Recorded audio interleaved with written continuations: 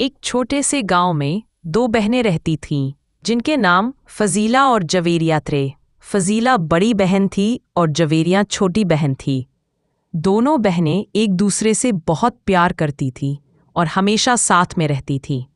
फजीला एक बहुत ही जिम्मेदार और समझदार लड़की थी। वह अपने अम्मी और अब्बा की बहुत मदद करती थी और घर के कामों में भी अपनी अम्मी का भी हाथ बटाती थी। फजीला घर पे अपनी अम्मी के साथ खाना बनाने में साथ देती थी। वहीं जवेरिया एक बहुत ही मासूम और प्यारी लड़की थी। जवेरिया भी घर के छोटे मोटे काम करती थी और अपनी अम्मी से कुरान की तालीम भी लेती थी। जवेरिया हमेशा फजीला के साथ रहती थी और उसकी हर बात मानती थी। कुछ वक्त के बाद रमज़ान आने वाले थे। फजीला जवेरिया बहुत खुश थी। 2 दिन बाद रमज़ान का चांद निकल आया। फजीला और जवेरिया भी रोज़ा रखना चाहती थी। फजीला और जवेरिया ने रोज़ा रखा और शाम में इफ्तार किया। इसी तरह फजीला और जवेरिया ने पूरे रोज़े रखे। अब ईद की तैयारी हो रही थी। ईद का चांद निकल आया। फजीला और जवेरिया की अम्मी ने उनके लिए बहुत ही अच्छे अच्छे लिबास सी रही थी। फजीला और जवेरिया मेहंदी लगवा रही थी क्योंकि सुबह ईद थी। ईद के दिन सब ने नमाज पढ़ी और सब ने नए नए लिबास पहने। ईद के दिन फजीला ने अपने घर पे दावत रखी।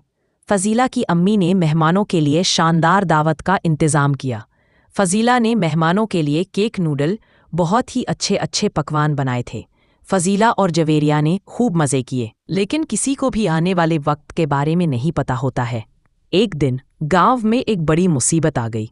गांव के पास की नदी में बाढ़ आ गई और गांव के कई घर पानी में डूब गए। फजीला और जवेरिया के घर भी पानी में डूब गए और उन्हें अपना घर छोड़ना पड़ा। फजीला और जवेरिया ने अपने अम्मी और अब्बा के साथ मिलकर अपने घर के सामान को बचाने की कोशिश की, लेकिन पानी बहुत ज़्यादा था और वे कुछ नहीं कर सके।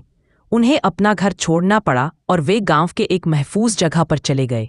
फजीला ने जवेरिया को संभाला और उसे समझाया कि सब कुछ ठीक हो जाएगा। फजीला ने जवेरिया को पढ़ाई करने के लिए कहा और उसे बताया कि वे दोनों मिलकर अपने मुस्तकबिल को बेहतर बना सकते हैं। जवेरिया ने फजीला की बात मानी और उसने पढ़ाई करनी शुरू कर दी।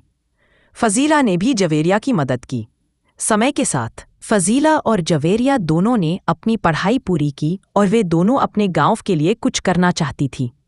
फजीला ने एक स्कूल खोला और जवेरिया ने एक अस्पताल खोला। दोनों बहनें अपने गांव के लिए बहुत काम किए और गांव के लोग भी उन दोनों से बहुत खुश थे।